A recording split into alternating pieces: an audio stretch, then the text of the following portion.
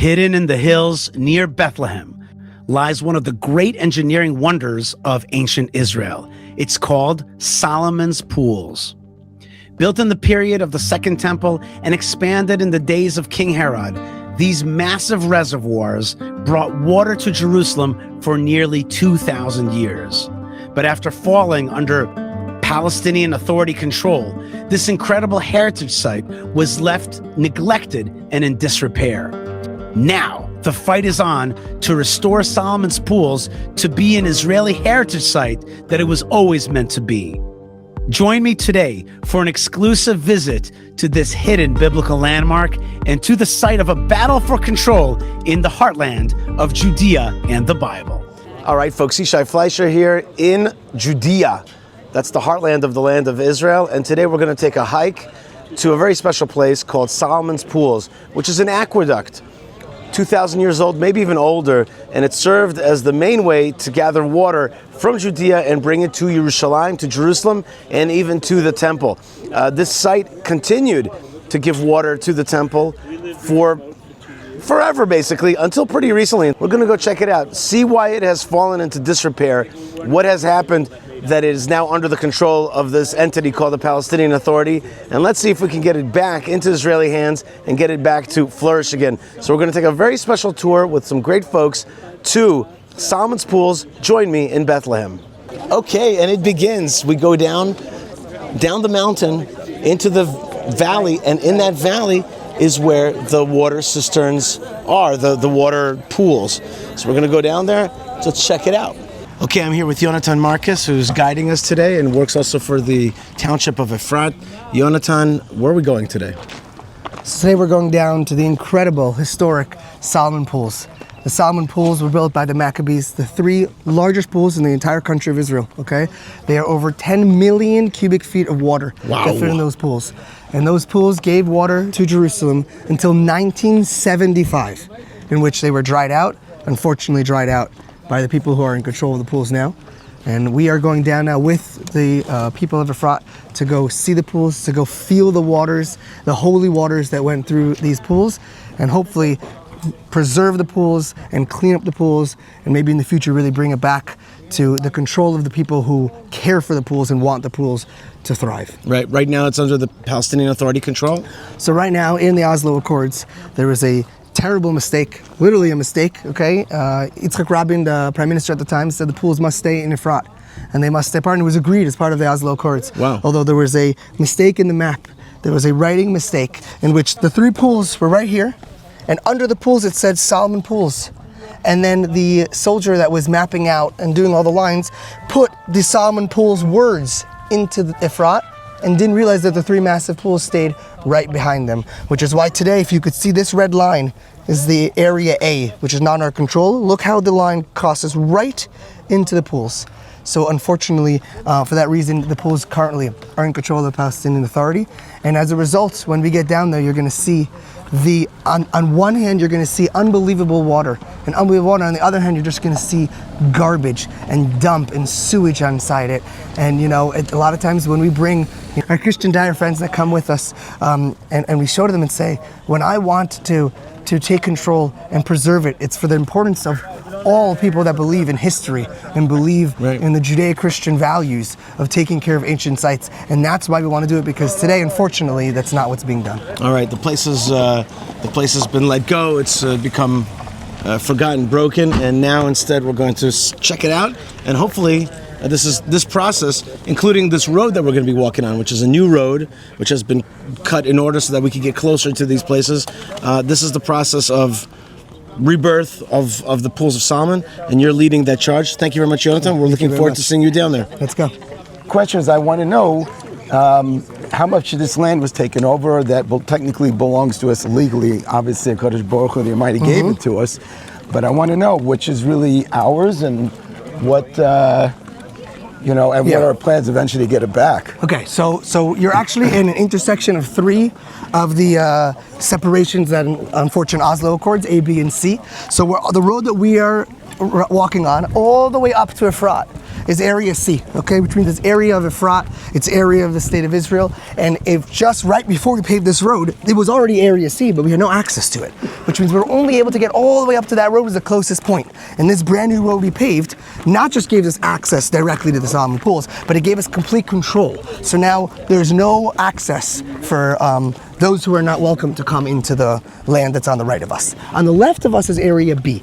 Area B is area, it's really, we're not supposed to be building on, and the Palestinians are not supposed to be building on as well. And therefore, there were houses. There was a huge house here that was over 8 stories high that was destroyed after many, many years. But, you know, unfortunately, to destroy a house, an illegal house that was built illegally, and when the day he built it, he got a notice that it was illegal, is very complicated in the Israeli courts. It takes many, many, many years.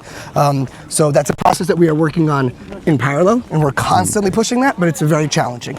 The last one is on the other side of the pools. If you go up to the mountain, that really is Area A, which again, hopefully the Oslo Codes will be revoked and we will have ribonut and sovereignty in all the land, but as of now, that really is Area A, and that's the area that we don't have access to. Gotcha. You know, I've always looked at this forest, it's so beautiful, and I said, one day I want to be able to go there. What are the chances of that? And who planted that forest? Okay, so I want you to understand, prior to the Oslo Accords, if you ask some people that are in the tour with us right now, if you ask people that lived in Efrat, every Yom Ha'atzmaut was in Solomon Pools. That's where the barbecues were. I will find you someone on this tour that lived here, I believe in the back. Anyone that lived here, including the mayor, every Yom Ha'atzmaut, we go up to the pools, there's barbecues, there's parties, everything, and the pools were beautiful, and they were filled with sparkling blue water, because it's not hard, it's a natural spring. Just let it be natural, and it will be clean and will be taken care of. And unfortunately, since the Oslo Accords, this is where we lost access to it. And what we're doing now is, by you coming here and by the people walking here, that's the most important part. Because every time that we step here, you know, something incredible that I learned on our second tour, you know, you see there's a lot of army that's with us here. Right. And I remember when I was thinking myself, I said, it's important to me. Also, like, look, the army has a lot of work to do. They have a lot of things they need to secure, and they have a lot of operations. So, you know, there was a point, one tour we came with 300 people. So I said, yeah, there was 8 Jeeps and there was drones and everything. And then we came 2 weeks later and it was raining outside and there was 20 people. So I was like, I almost wanted to cancel. I was like, no, don't cancel, let's do it. And I show up with 20 people and there's 8 Jeeps and drones and everything. And I went over to the commander and I said, I just feel bad. You know, we're only 20 people. Is there a way for it to be, you know, needing less manpower? And he says to me, you're not understanding. You are giving me an excuse to come in with all that manpower to the land here. He says, you come, the more often you come, the better it is for me. And that really changed my vision in saying that we're working one hand in hand with the army, and everyone is empowering the other. Okay, awesome, great, I appreciate that. Thank you. The reason that we put these gates is because by paving this road, we have to understand is that we enhanced our security. I was saying to the lovely gentleman that was walking with me, it's unbelievable, and it gives us a much better ability to have security for Efrat and for the land. But now there's a road, and then you want to make sure that it's not that, you know, we're not giving them easier access to be able to reach us, which is why there's a yellow gate here. We're going to walk down close to the Solomon Pools, and then there's another yellow gate that you're going to see that's further down. The reason these gates are is that the people who do live here have access to drive in between these gates, which really only gives them ability to get from the Bethlehem into their houses. But there's a gate here and the gate on the other side, which basically means that they're limited to their houses and they cannot go up and down closer to our town, which is both giving us better access, but while keeping and actually enhancing our security. All right, we just walked down from Efrat. You see those red roof houses? Jewish homes in the beautiful town of Efrat. We walked down into the valley, and now let's turn around. What's your name? Nice and slow, nice and slow. And let's take a look up here in this area where it's a little decrepit, a little forgotten, a little broken, is these magical, amazing pools. So this is the kind of moment of truth when we're going to go up to these pools. This is, by the way, considered a very beautiful area in the valley of Bethlehem. Now we're going to be climbing up there into the pools and the pool complex, which is above us. All right, let's start walking towards the pools and see if we could get to see them. And for some people here today, this is the first time, like my daughter Leah, and I hope that she's going to come on the video and talk about her feelings at showing up at this special place where, you know, a lot of people have heard about it, but not everybody has been here. So we're doing it. Okay, so what we see right behind us, okay, is a door. When we arrived at the pools the first time, we saw this door. We didn't know what the door was. We knew that there was a lock on it, and we knew that when we were discussing it with the army, there's not supposed to be a lock on it. And therefore, as you can see, you might see a black box, but there's no longer a lock. That door is open all the time. And what you see when we're going to go up, you're going to find stairs. This was something that we did not find. It was covered, and I'll show you on top, by a white cover to make sure that we didn't see it. We managed to remove the cover. We returned it with rocks for safety so no one falls down. But when you pick up right now, you can see stairs going all the way down to the bottom, and there is water flowing right now, 365 days a year. There is water flowing inside here from the pools that are going down to Jerusalem. Wow. Leah Batzion, Hello. you're a big lover of hiking in the land of Israel, Yes. but you've never been to the tombs of Solomon, even though you live close by. Yeah, that's true. It's a pretty blocked off area, you know, an area that you could only come with a ton of army and with permissions from the army, making sure that it's safe, because it's not an easy area. But Efrat, the township, is trying to make it more accessible to Jewish people and really to all people, because when it's held by the Palestinian Authority, it's blocked off to everybody. So this is a very exciting day for me. I'm excited to see it. And you are also are aware of the history of the place. Yeah. Tell me a little bit about, like, when you think about Solomon's Pools, what do you remember?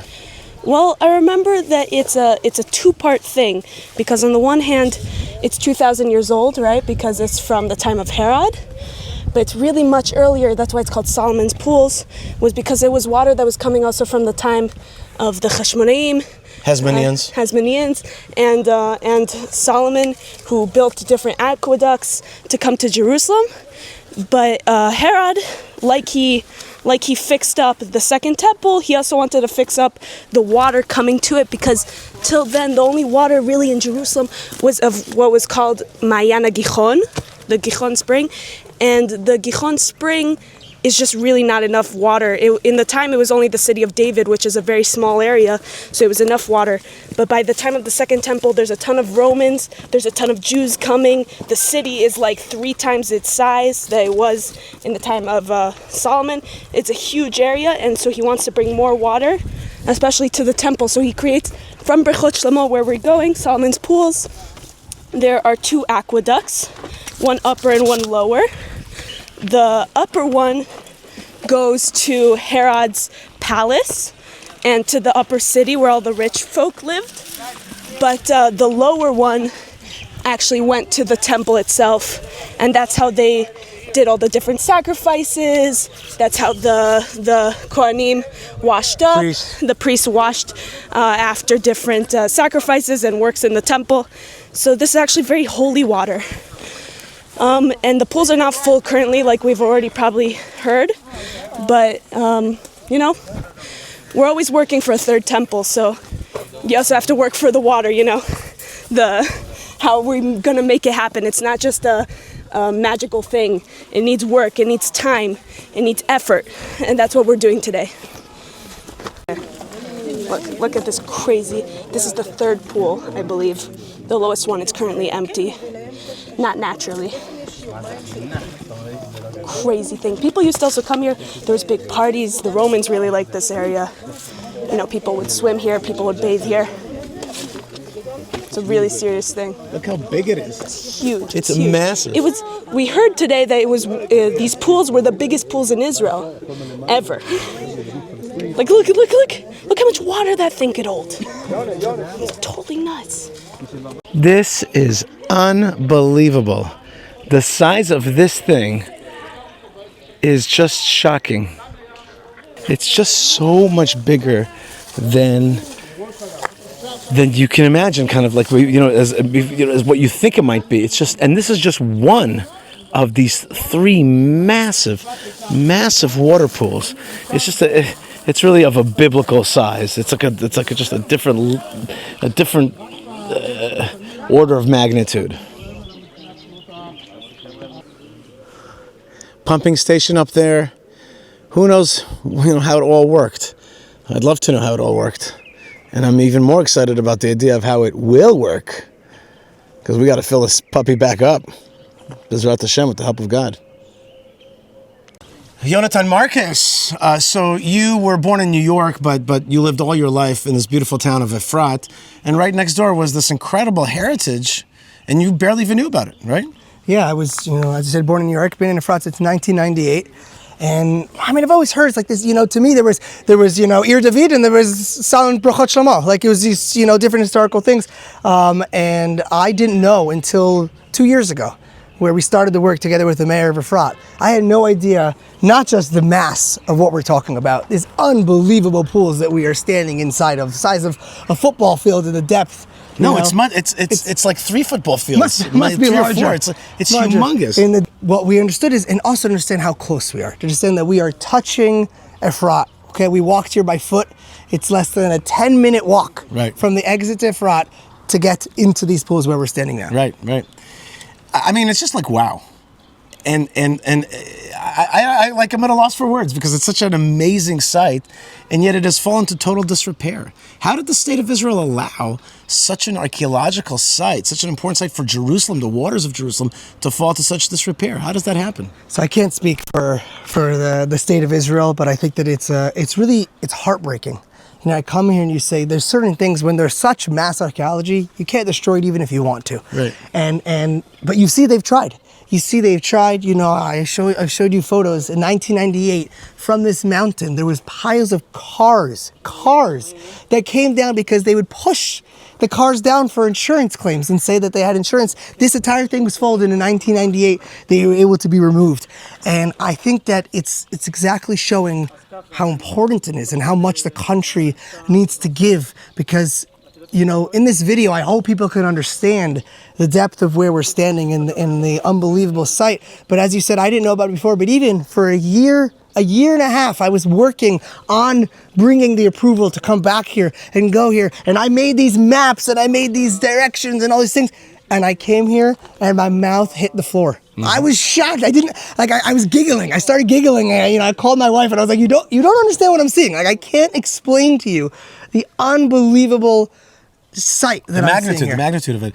And you've been working with government, with different wings in the government, with the army, with the mayor and the township. There's a lot of moving parts in our country. Our country is quite bureaucratic, isn't it? It has you got to get a lot of authorizations, a lot of stuff. Just give me a little picture of that, just a little picture. So it's really a multi-factor operation, okay, which is pushed to all factions. So it starts first and foremost with the army. We work hand in hand with the IDF. We do everything with the IDF's approval. We do everything with planning of the IDF, and that's important for the success of the operations. First with the IDF. Second of all is government. We work with all arms of the government, both ministries and the ministers that we bring here. When they come to Efrat, the first thing we do is you got to come see Solomon's Pools. For the same reason that I was shocked, because I know that they see many cities in the country. But when they come here, they are so blown away. They go home and 48 hours later, I'll get a message from the minister to say, I'm still thinking about it.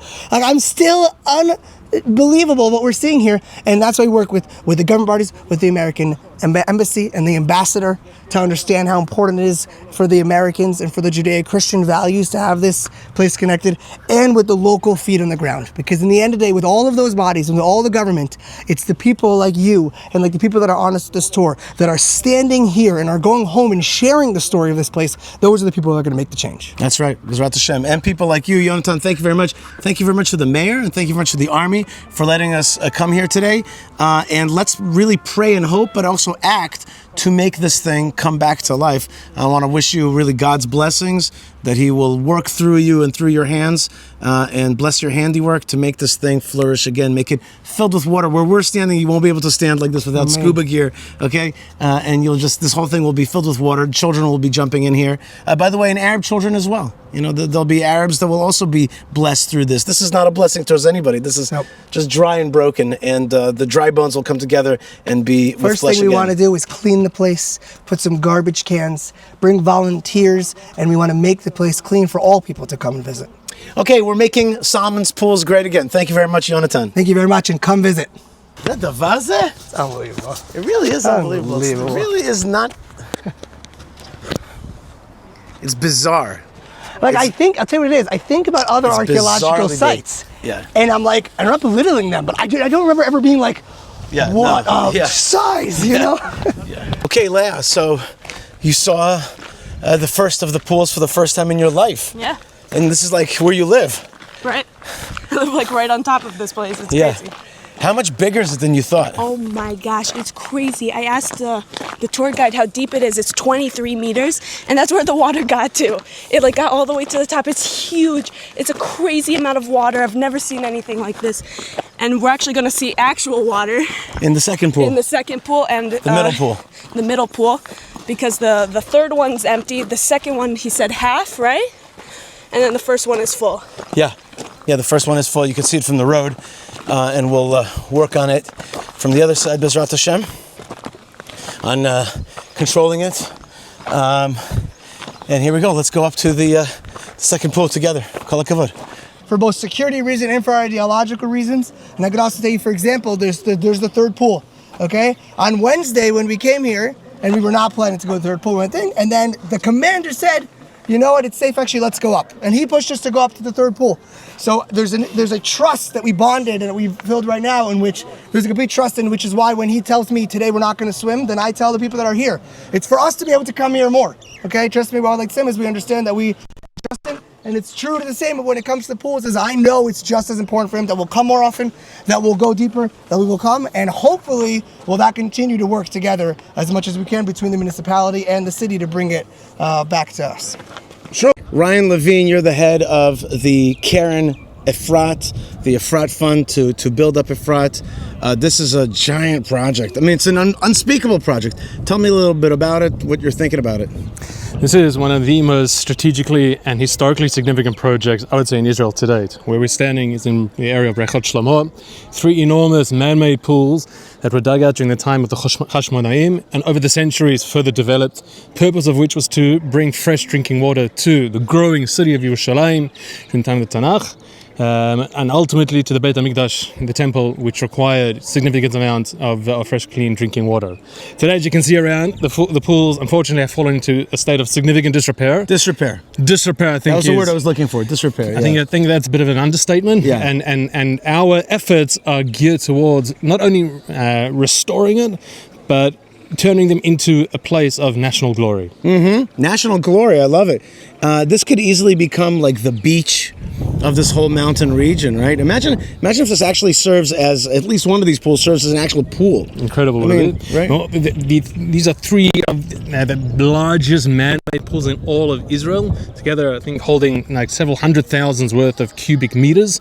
So the potential is enormous, and they're our treasure. Like, if we don't fight for them, if we don't invest, in bringing them back into our authority, into our care, then unfortunately, as we see them today, this will be the future history of this national treasure. Right, but the atmosphere is the opposite. The atmosphere is that we are going to engage this thing. There were many years that it was forgotten. We have a mayor who cares about this. We have a team that cares about this. We are making concerted efforts to bring this back from disrepair into the hands of Israel. 100%. So that it becomes actually the all mankind can enjoy it. All of us, some soldiers that want to pass us, let's let them pass. All right.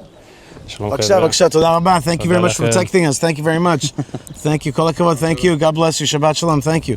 Okay, awesome, guys, making sure that we're safe here today. Absolutely. Well, this is part of the experience. Right. One day, please God, we'll be in a time where we won't require such significant security assistance in order to facilitate Jews coming and visiting this area. And the Efrat Foundation is very privileged and proud to be part of the effort in conjunction with the municipality of Efrat and the respective security apparatus to making that dream a reality. Amen. Okay, God bless you. And of course, one more partner is God above, the land below, the society, and people like yourself, Ryan Levine, of Karen Efrat, the Efrat Foundation, hopefully making this dream, this ancient dream, a modern reality. Bezrat Hashem. Amen, man. Thank you. Hi, everybody. Shabbat shalom, almost. You could all see how awesome it is, right? It's not like big, right? It's big, really, really big. And Dovi, our great mayor, remembers swimming in it. And Bezrat Hashem, it should be again. We have to do what we call in Hebrew, achzarat atara leyoshna. We're going to return things to the way they were, the greatness of it.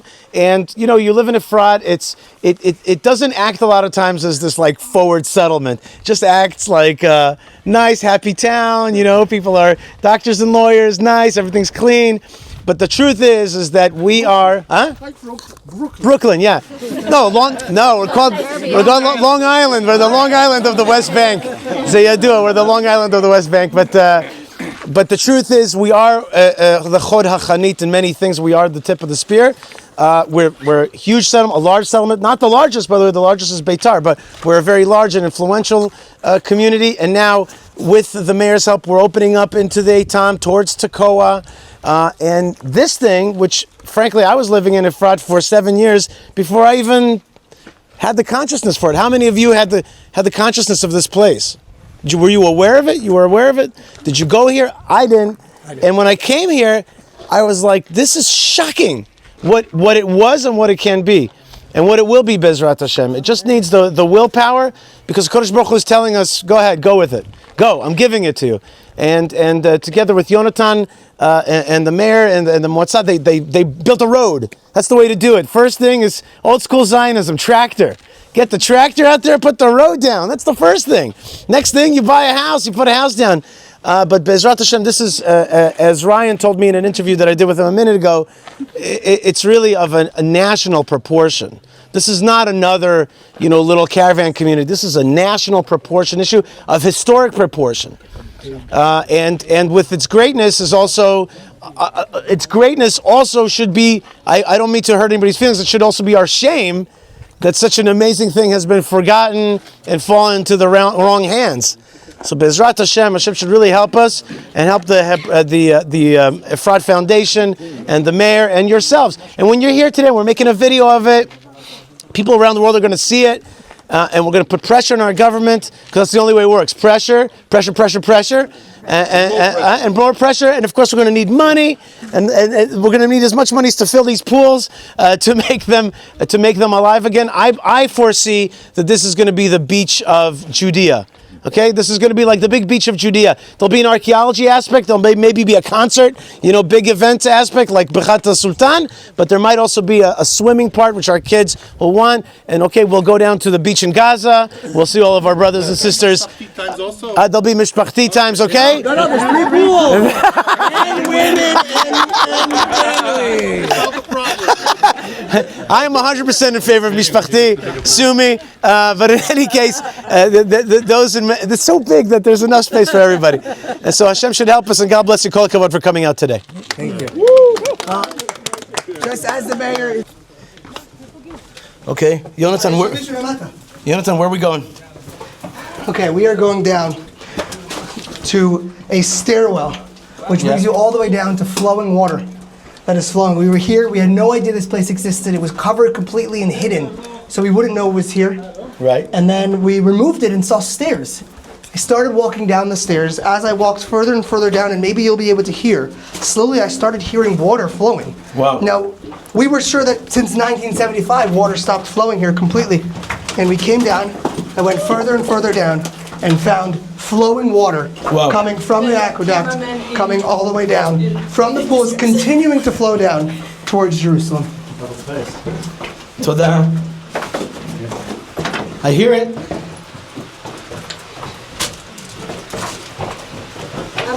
To see how these stairs were preserved and saved.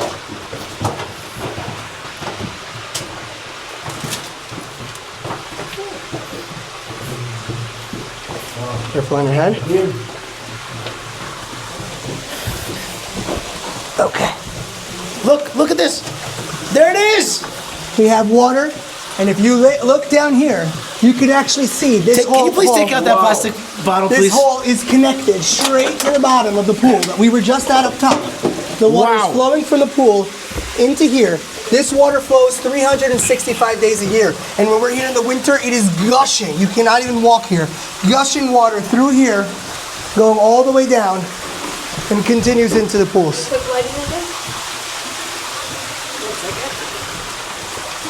Oh my gosh. Here, wait, if you twist it a little bit this way, you'll see actually literally, mamish, the water coming down from the hole, from the top.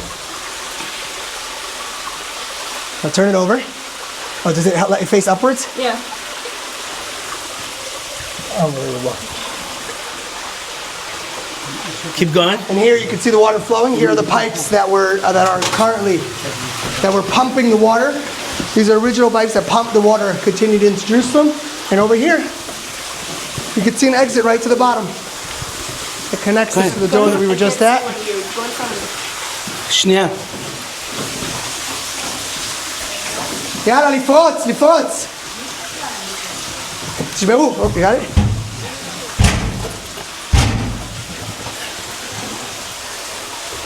Here you can see the exit. You could exit right here, straight to the entrance that we came from. Connects you straight to the pools. Holy cow. Wait, yeah. Jonathan, where is this water coming from? This water is coming from the Solomon pools themselves that connect from two aqueducts, the Aruba and the Biar aqueduct, that funnel water into the pools. The pools hold the water, and all year long they brought water from here straight to Jerusalem. Okay, that was a once-in-a-lifetime feeling. First time here in Judea that I've come out of the belly of the earth next to these waters that fed and quenched Jerusalem. And now we're in the process of opening it back up, Yisrael Hashem, with the help of God. Okay, we have an awesome young soldier with us today, English speaker. God bless you, bro. You're dressed in a lot of hot gear. Yeah, for sure. And now we're going uphill. But what does it feel like to be a soldier in Israel, walking in this place in Judea? It's an honor. It's an honor and a privilege to protect these people. You know, I know that these are holy people. These are Baruch Hashem Jewish people, and if I can protect them and ensure that they can live in Israel, happy, peacefully, that's great. And what about this place that we went to today? What'd you feel about that? Have you been there before? So I've been here before because I did this job before, but as a citizen, no, I hadn't been there. But no, it's an incredible place, and it really is a shame. It's a basa that it fell into the wrong hands. Right, and then disrepair, eh? Exactly, disrepair. Yeah. Exactly. And now we're going to repair it. Part of that repairing is like what God told Abraham to walk the land. Exactly. Right? Walk the land. We put this road down here, and you're here. That's awesome. And where'd you come from? I came from London. Okay. London's in a bit of a trouble these days, a little bit. Yeah, you could say. Yeah, for sure. It's not the same feeling for Jews there. No, definitely not. And I know that when I was there, you know, me and my friends, we all felt that, you know, it's hard to be Jewish there. And now you're a soldier in the IDF. Yeah. Not all your friends are. Not all my friends. Lots are. Yeah? But not all. Wow.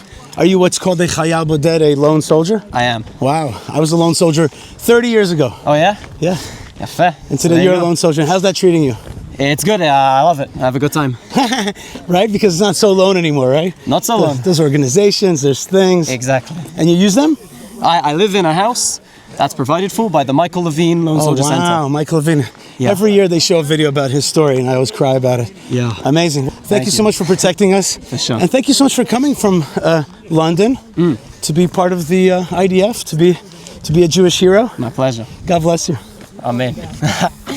Okay, Yishai, I'm wondering how does it play out that the Palestinian Authority agrees to give us Solomon's pools? Well, what happens is that there is a system in the government, Israeli government, when we see that the Palestinian Authority, which was responsible for upkeep of things, is not doing it, then we take away their control and we reassert sovereignty. Here, it was well known that this was supposed to be part of Israel, and there was a map mistake. And so that's one answer. That's the technical answer for what you're talking about. Are there other examples where Israel's done Yes. Recently, we just did that in the Judean desert nearby. There's a park that was supposed to be an archaeological and nature park, and they started building on it. And so it's called the Skema Shitufi, and it's this area. And what happened is that the Israeli government took it back from them. But that's the technical answer. The more important answer is that we have to, in the long term, dismantle the PA. Okay, the PA is a terrorist organization. It funds, to this day, the terrorists who took part in the October 7th massacre. Yeah, we'll pay for slaying. Right. So there's really no more making deals with them. And the answer is that we have to start to work to dismantle them. And look what they do. They oppress their own people. They keep these places in tatters. So we have to do a lot more to dismantle this organization, which should not be controlling our land. Absolutely. But like just from a practical level with the pools, I mean, they're right next to Palestinian homes. So Right. like you'd have to have massive army presence just to protect the Jews who go there. Well, I work in Hebron, in Hebron, and was we there have a whole yesterday. Jewish community Yeah. within an Arab town. With lots of chayalim. Yeah, with lots of soldiers, and that's what we do. But if you think about it, the whole state of Israel is a Jewish country within an Arab world. Sure. So it's just writ large. Okay. It's just an extension of that. It's an extension of that. Okay. Exactly. So yes, and there's only one way that we can't be bullied by them and run away all the time. We got to come back to our ancestral homeland. Mm-hmm. That's why we have an army. That's why we have these heroes that protect us. Okay. for My that second purpose. question is like financially, it looks like it would be an enormously expensive I project. think so too. Yeah. So how does that pan out? I don't have an answer to that. I myself, as also a fundraiser, am looking at what you're asking, and I'm asking myself, it's a government project. Yeah. Could this is become like part of the National Parks This Foundation? Or? must be a national project. You're Yeah. totally right. This is not millions. This No, is in it's the millions, billions of yeah. shekels to actually make it, really alive again. So I agree with you. The cost here is enormous. The cost to really make it happen, Yeah. to really make it a water park, and it's a billions of shekel project. But it's a question of if there's a national will. Yeah. It's historical. It's beautiful. It's strategic. It's right next to Jerusalem. Is there a lot of government backing for this? Not yet, but Okay. people like Yonatan that we heard from and the mayor Yeah. are working on it. Okay. And the way that they're working on it is by socializing the idea. They're bringing ministers out here. Okay. A lot of people just don't know about it. Did you know about it so much? I actually did. I've been on a few tours, like of the aqueducts and that sort of thing. So I did know about it from before. Okay, so you have an interest. That's great. Yeah. But a lot of people did not. I barely knew about it. I could have said the words to you, but until I started coming here. So our job, look, when I got to Hebron 7 years ago, it wasn't as famous. We helped make it more famous. We help tourists come there. We help money flow in. That's our job. Okay. Our job is to bring that consciousness right now. That's what you're doing on the tour today. The tour today is actually meant for our consciousness to grow. Okay. It's a propaganda tour. Well, it's a teaching tool. Let's call it that way. You want It's okay. Hasbara. We'll say Hasbara. Well, Has you a know, nicer sound. it's a media, and we have to garner interest. For sure. And I educate. didn't mean that in a negative No, way. it's okay. It's okay. It's all right. It's all right. I'm in propaganda. It's okay. It's okay. I'm here. Yeah. So I'm Right. You're here. You're here, and you're building, and these are right questions. But the questions that you're asking, which I like so much, are the right questions for a Jew and a Israeli, a Zionist to be asking. The asking is how. Okay, got it. But now how? And that's the right question. Instead of being disappointed and frustrated, just to be excited. Yeah, like figure out how things can actually come to fruition. Right. And I got to tell you that Yonatan, who I work with, he's a dude. He gets it done. You know, he's like they literally, you see this road? They paved this road. There wasn't here. It wasn't that it was a bad road. There was no I road. saw it happening. My house is right there. Right. That's Yeah. awesome. Well, I mean, right, tractors came. Yeah. So, and now we're walking that road. Yeah. So literally, step by step, literally. Yeah. Right. All right. So. Well, That's the dream process. big. That's right. Dream big, and Herod dreamt big, and Jerusalem's big.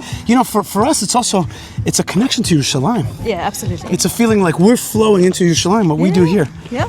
And that's very powerful. Yeah. Remind me your name, please. Sorry, it's Lisa. Lisa. God bless you. Thank you. God bless you for coming today. To you as well. Thank And you. let's pray together, Bezrat Hashem, that Hashem will give us the strength to fulfill these dreams, to Amen. fulfill these big dreams. Sounds good. All right. Thank you, Lisa. so much. Okay, lad, that was awesome. Yeah. What a trip, huh? Amazing, absolutely crazy. And now we're back in Efrat, and there's Hasidic Jewish guys playing Pink Floyd. That's just too funny. It's just too funny. You got to see a place that you probably have always wanted to see. Yeah, definitely. It was really amazing. Doing it also as the camerawoman was challenging, but it was really a cool experience. It was really special. Well, it was fun for me to be with you and with the rest of the folks. I want to bless everybody out there to Come to Judea, see it for yourself, touch it for yourself, and don't forget to be building Israel by visiting buildisrael.com. Buildisrael.com, where we build Israel together, and buymeacoffee.com/Yishai. God bless you folks wherever you are. Let's keep building Judea together. And shalom.